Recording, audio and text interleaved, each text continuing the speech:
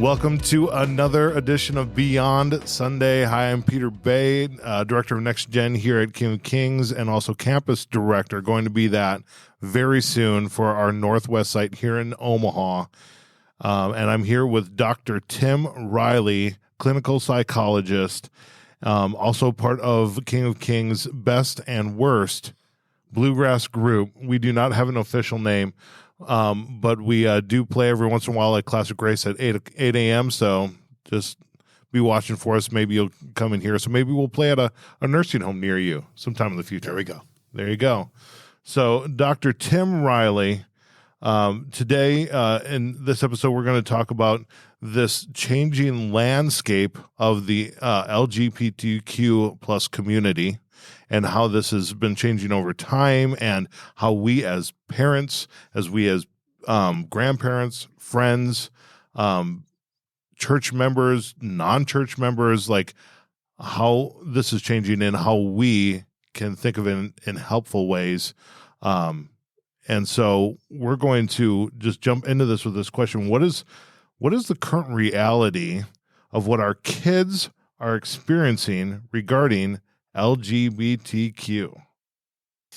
Well, the biggest change over the last, at least in my experience, over the last 5, maybe 10 years, I don't know, is just how on the surface these issues are. Whereas before there might have been, talk about, this kid or not, that student or not. Now it's a point of almost routine discussion. And in some ways it's gone from being something that was sort of a marginal topic of interest to now almost being cool in a way. So kids are very often affirmed or identified as courageous if they come out in one way or another. So much more accepting, I guess, but also more pressured in a different way than it has been historically. So through this podcast, this is for anyone who wants to listen. We hope this will be helpful. But as parents, this landscape is really changing. Over the last even 10 to 20 years, this is changing. As parents, we need to be knowledgeable of it, and we need to know how to love regardless through it, because we may have kids in our own homes. Our kids will have friends who are part of this community. And so, Dr. Tim Riley, how has this discussion changed over the last 10 to 20 years? Well, mostly in terms of just the amount of discussion we're having about it. And it's not as if this is the only area that's changed. Over the past 10 or 20 years, we've gotten a lot more focused on identity based on groups versus identity based on individuals. And so part of what's really important to me is to recognize that every person we talk to, regardless of whether we're talking about gender or sexual identity issues or whatever, or anything else, that we're talking about individual human beings who are individual creations, no more or less worthy of respect and love than any other person is, than I am or you are. And that's always the premise of everything that we do. But in terms of how have our discussions changed, they've changed more in the direction of being guided by internal processes, by emotions, by thoughts, than by facts and ideas. So in my mind, this is just one of a broader number of things where we've moved in the direction of saying we want to try to change our external reality to match our internal state. So, for example, if you would have come to me 25 years ago and say, I have gender dysphoria, I believe I'm a woman trapped inside of a man's body, which would be really, really unfortunate for you, considering. Well, I've got some curves. Come on now. Come on now. I would have said, okay, well, what we're going to do is help you learn how to come to terms with your external reality, right? The biology is unchangeable. And so what we're going to do is try to help you adapt to your circumstances as well as you have and get along. And now that sort of flipped to the direction is we're going to try to adjust your external circumstances to fit your internal situation. And this is part of a very long sort of philosophical track that involves us focusing much more on our idiosyncratic internal lives as being the guide for what we do, rather than systems of morality or logic or reason or whatever. I hope that makes some sense. Yeah. Yeah. You're using really big words that I'm nodding to. Mm-hmm. I'm going to have to look up a lot of these words later, but that's okay. Okay. So I do trust that the majority of our listeners are probably a little more linguistic than I am, but it seems as though in our current culture, it's either like you're totally against this or you're 100% affirming. You're either marching in the parade for or marching in a parade against. And I'm not sure that either of those really help contribute to a conversation or a discussion that allows us to really weave through like how to properly handle this, and also how to love each person around us well. So as a parent, knowing that there's this dichotomy of like against it or for it, and knowing that there really is a middle ground that's hard to talk about, when should I start talking about this with my kids? I mean, we were on a vacation. My kids were watching Arthur, and there was an episode of where Arthur's teacher is marrying a male teacher is marrying a man. And so this was a few years ago, and that was the first time that my kids were like, "What's going on with this?" Mm-hmm. So that began a conversation that I got to have with the kids, and I was actually kind of excited about it because I got to begin this conversation, but it was initiated by an Arthur episode. When should we as parents start to initiate these conversations with our kids? Well, I think your own experience is a good guide. It's when they're asking questions or when you know someone else is talking to them about these issues.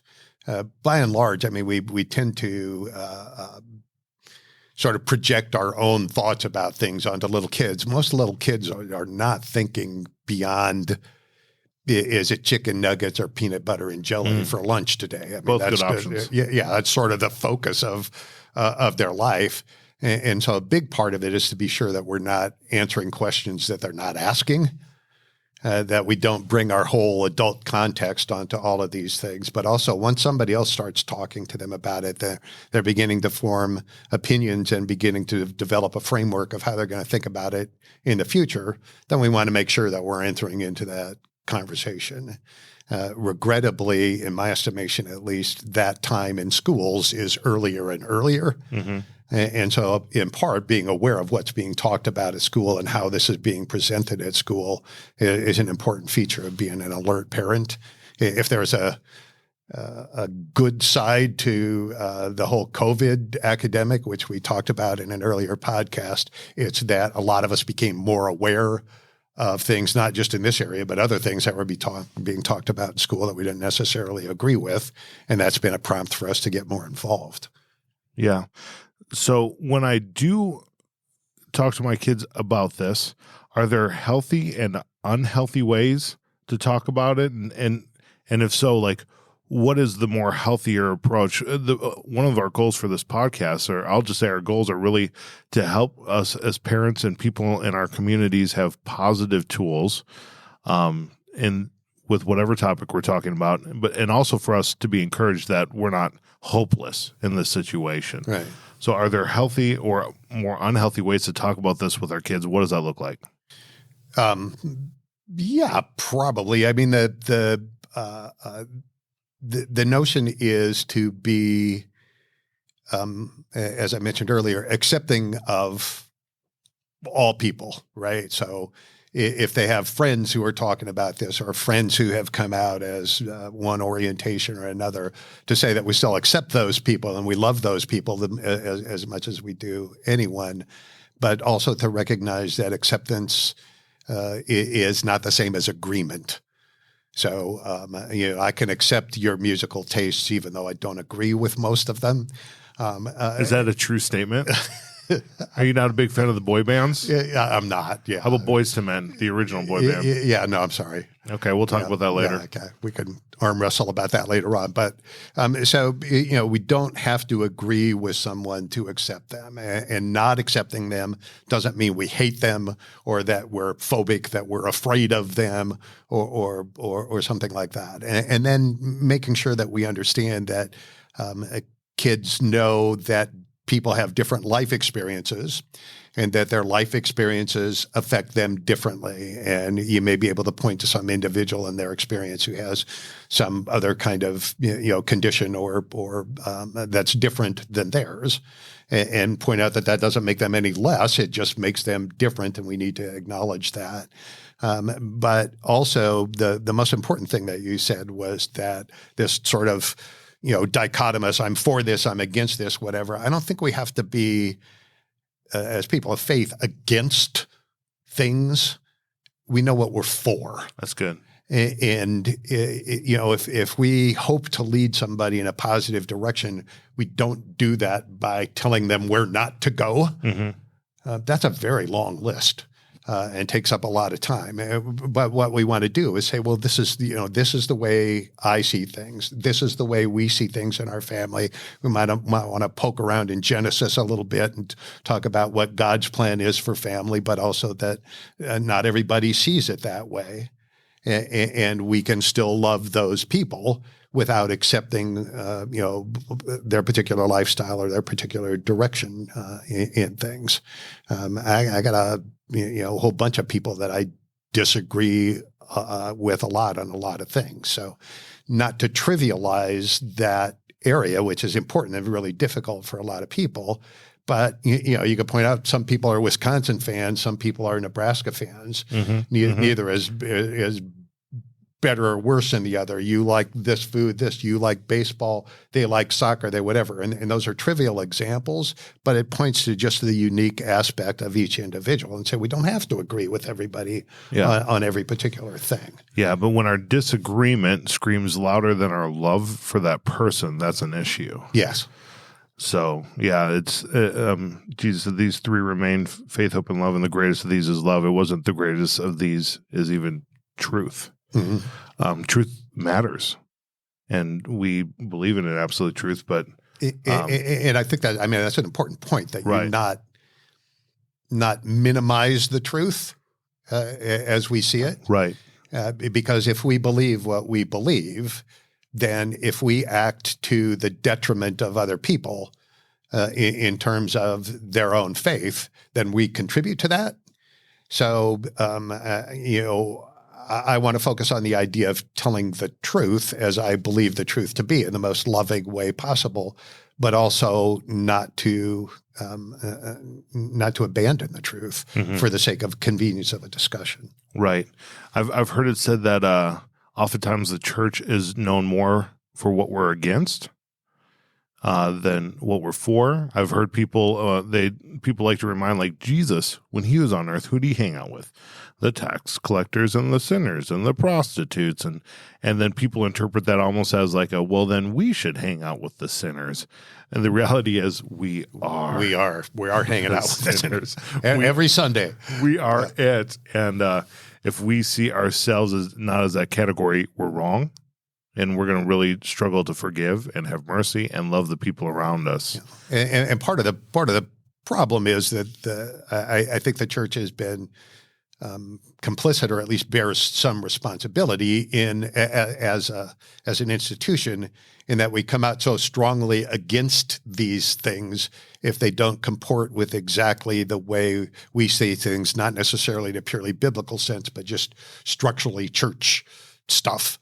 And then we make it difficult for people to function within that. We almost create an environment where something else is going to fill that space. So, for example, if the church is against having people have some kind of a contractual relationship that resembles marriage, and we're just dead against that, then eventually somebody co-opts the idea of marriage and says, well, now marriage includes all of these other things, which it was never intended to do.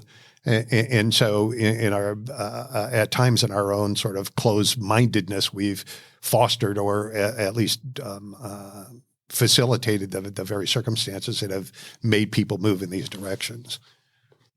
So a big change in the last 10 to 20 years has also been the rise of social media. Yes. And that's been a crazy change. When I started college in 2004, Facebook was just getting going. I remember getting an account on Facebook and not even like knowing what in the world do I use this for. And it was at that time, it might have been like college kids only had Facebook. And it's really evolved quite a bit in the last 18 years since then. And so, how does social media affect the conversation with LGBTQ? In a big way, is in my estimation, social media, as you know, and I had a Facebook for about 15 minutes. What you see there is not an accurate representation of what people's daily lives are like. It's sort of the punctuating moments of the narrative of life. And you see what people want to put on there. And so what you end up doing for a lot of my patients and other people, I think in general, is creating circumstances where they feel inferior somehow or that they're not measuring up and they want to be more like whatever they're seeing on social media. So it's challenging in that direction. But maybe more importantly, for someone who is an adolescent, which is for most people, maybe all people, a time of some confusion and some wondering about what's my role, how do I think about myself, where do I fit in, all of that. And we start looking for answers to those things, which is a perfectly reasonable and appropriate thing to do in adolescence. But if, for example, if things haven't gone well for you socially or you're struggling in some other way, you start looking for explanation of that. And one of the things that you're hearing is, well, maybe it's because you have this identity problem. Maybe it's you're really this thing or that, and you just didn't know it yet. And then you ask that question once on social media, you open up a sort of Pandora's box of all of this, affirming information. If you do a Google search, what you're going to get is an algorithm that drives you in the direction of more and more extreme information about a particular topic. So you've had experiences where you've ordered mashed potatoes for a Christmas gift. Yes, and then the next 2 months you get nothing but ads for sour cream and chives and all those other kinds of things that are associated with that. But it always pulls you in that direction. And for younger people who are impressionable, it's really easy for them to get pulled in that direction by social forces, which are more concentrated in the social media environment. Right. And those social media voices aren't people that know them. They're not people that care for them. They're voices. I mean, and if you are wondering what in the world is he talking about with mashed potatoes, it's a story for another day. But it is an entertaining one, and it's pretty fun. So we as parents, this can be a tough conversation to have with our kids because our parents likely didn't have it with us, and we really haven't seen it done a whole lot. And so what are some practical tools for parents with this, whether it's a conversation or a way to be thinking about this issue that has grown? There are more young kids than ever who would put themselves in the LGBTQ community than any generation prior. Yeah. And so as parents with kids or nieces and nephews or friends of our kids and nieces and nephews or just kids around us who are going to put themselves in this category, what are practical tools for us to be thinking about in a healthy way, talking about in a healthy way? Well, first of all, so what you said is true, that the incidence of these questions about gender or sexual orientation are dramatically higher, mainly because of the influence of what's referred to as Gen Z, so birth dates of 1997 and later. So historically, basically, as far as we can tell throughout history, the incidence of homosexuality was between 2 and 4%. The best estimates of transgender orientation worldwide are less than 1%, 0.1 to 0.6%. But if we look at recent estimates of Gen Z, it ranges from maybe 13 to up to 30%. And the implication of that is the expectation would be that if that was all biologically determined, that it wouldn't change. So that means there's a big social influence, at least as I see it, that's had that effect on driving up those percentages. So, and what were the previous percentages again? So 2 to 4% homosexual historically. I mean, in essentially every survey that was done. I mean, there's some variation because you don't know how honest people are and so on, but trusting the data, and less than 1% transgender, so 0.1 to 0.6. Now, some could argue that, well, when it was seen as a negative thing in the social culture of the time, there's going to be way less people who are going to ascribe to it. Yes. Than now, where it's where you mentioned earlier, it's almost courageous and it's not seen as a negative thing. Is it possible that that those were just invalid percentages then, and now this is the current reality? Possible, but not entirely likely. I mean, most of those things well run, those kinds of surveys are anonymous. So people don't have to worry about whether their responses are going to be published in an individual basis. They're published as part of group data. So there's always some variability when you ask those kinds of questions. But to say that we're going to have a change by a factor of 8 or so over the course of a single generation, not very likely. Okay. So I'm a parent, and I've got young kids right now, but my kids, as they get older, they have friends who say that they are gay or they are trans. What are, like, as a parent, what's a practical tool for me how do I respond to my child or to my child's friend in that instance? Well, a couple of potential circumstances there. One is that your child is the person whom their friend chooses to come out to, that no one else knows about their thoughts or their orientation or whatever. And so the number one thing to keep in mind there, in my estimation, is just that idea of, thank you for trusting me with this. And probably not too much more than that in that particular moment. And some, still, we're still friends. I still love you, whatever. And if the person presses the conversation, which is probably not likely in that moment, then you have those other discussions about, acceptance without agreement and all of those other kinds of things. But also the notion that acceptance goes two ways. I have a different perspective, and I'm asking you to accept my perspective in the same way you're asking me to accept yours, and to be able to have some open conversation about that from the perspective of a parent.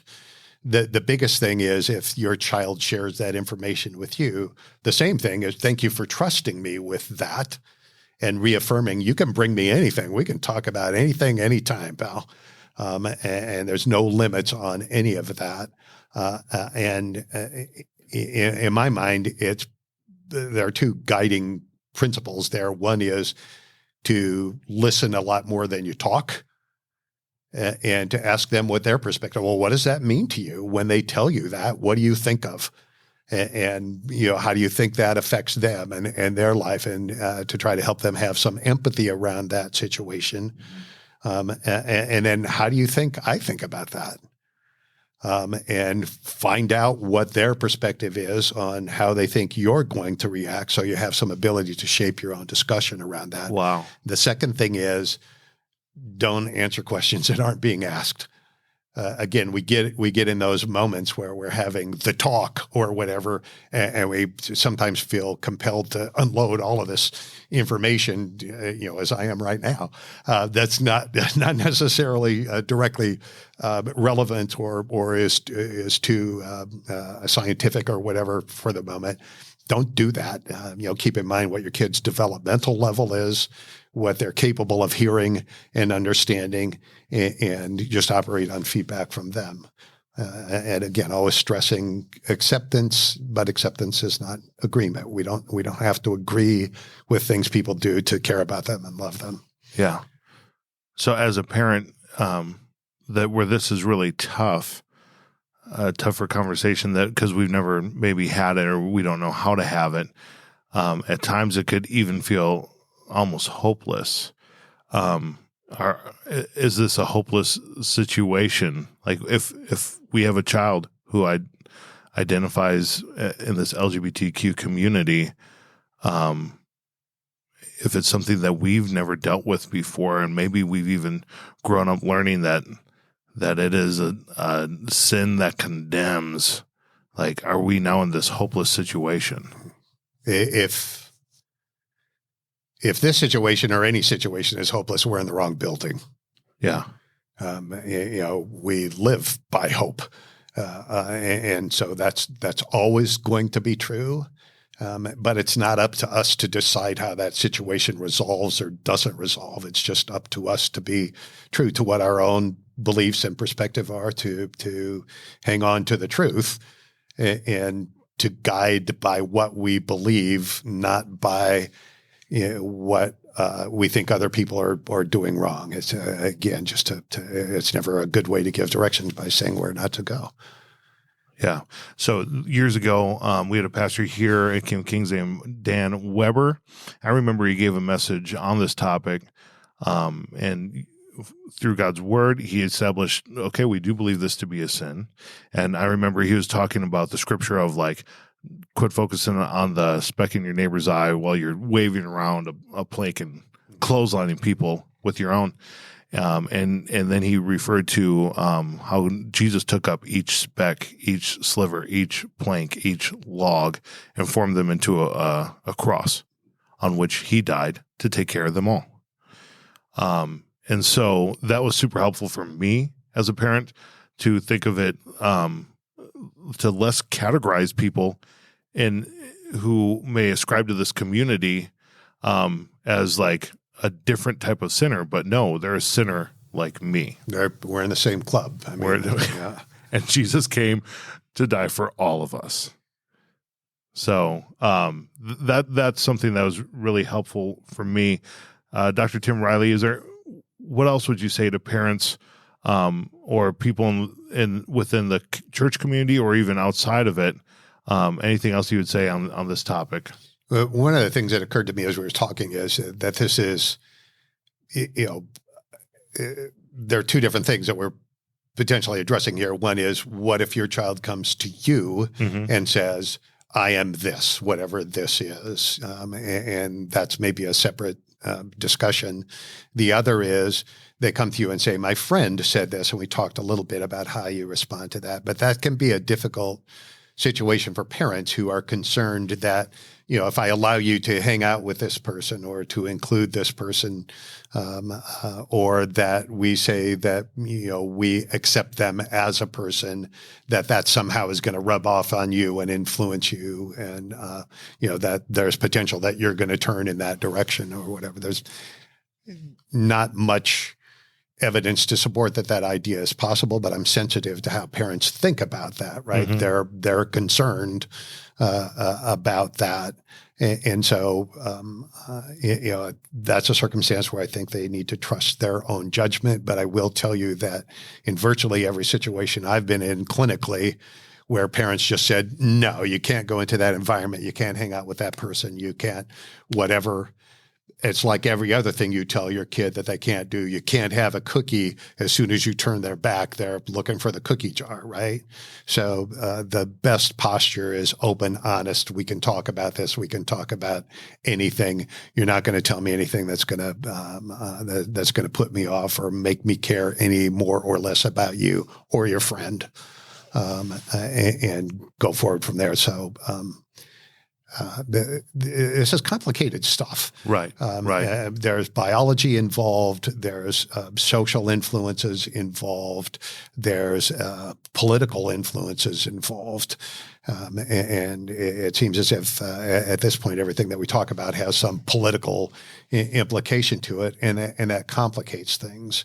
So to the extent that you can isolate kids from those, outside influences and just say, let's just talk about the people involved and what does this mean?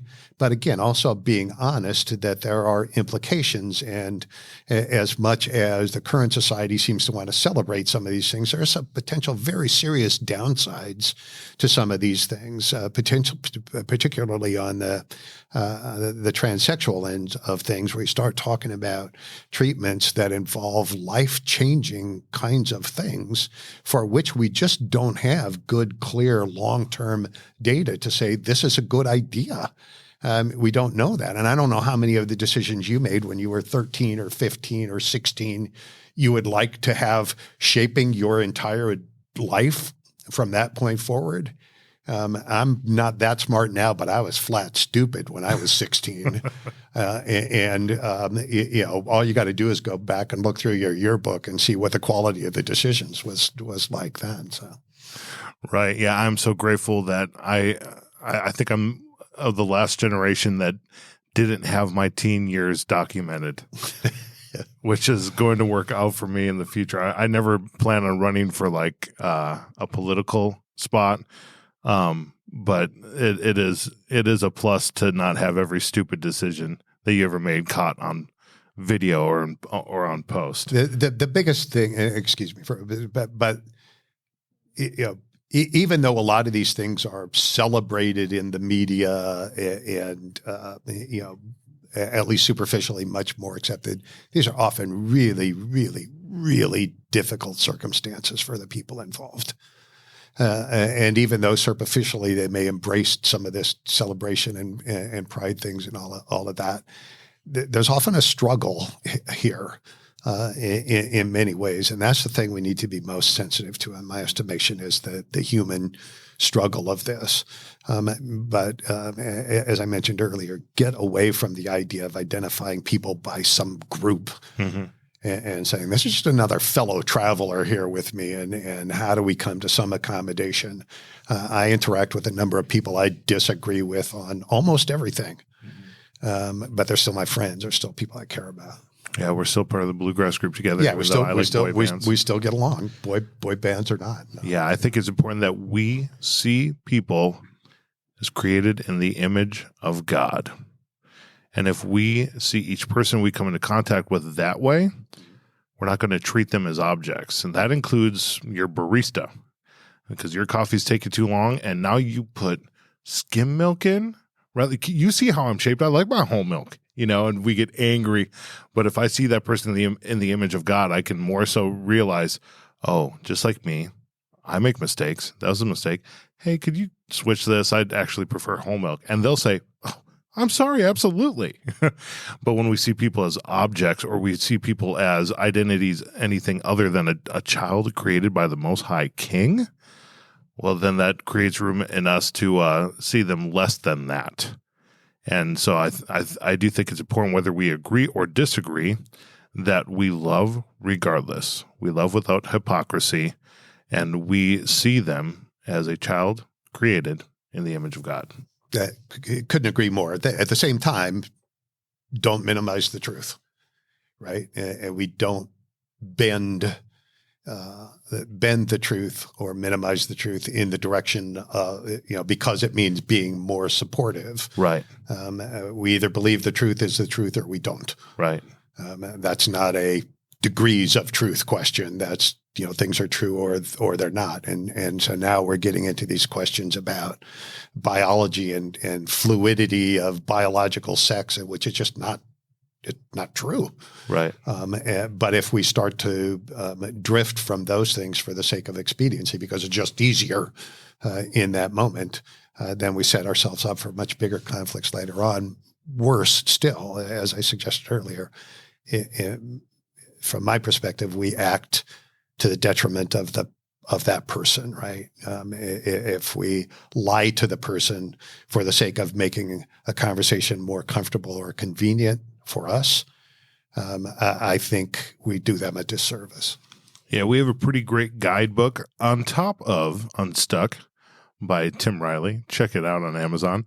A pretty great guidebook in God's Word, the Bible, that speaks to us about these things and tells us what the truth is, and points us to Christ. So, Tim, I love the practical tools of when a kid comes to us with any of these questions or information, to instead of jumping at it, to say, thank you so much for trusting me to share this with me, and then to lead with questions. Well, what do you think about it? What do you think I think about it? Because that's going to reveal a whole lot that might help us put us in a positive direction rather than a domineering. Or may be very upsetting to you. Well, we got to put our ego aside for our kids. So this has been another edition of a parenting podcast in the Beyond Sunday series. Thank you, everyone, for tuning in. We hope it was helpful. We understand that this isn't the entirety of this conversation, nor it is with any of these podcasts. So these conversations get to continue in your homes, with your families, with your friends, and as you do them, remember that each person you're with has been created in the image of God. The truth matters, and that we get to love regardless. So, Dr. Tim Riley, thanks for being here. My pleasure. All right. Have a great day.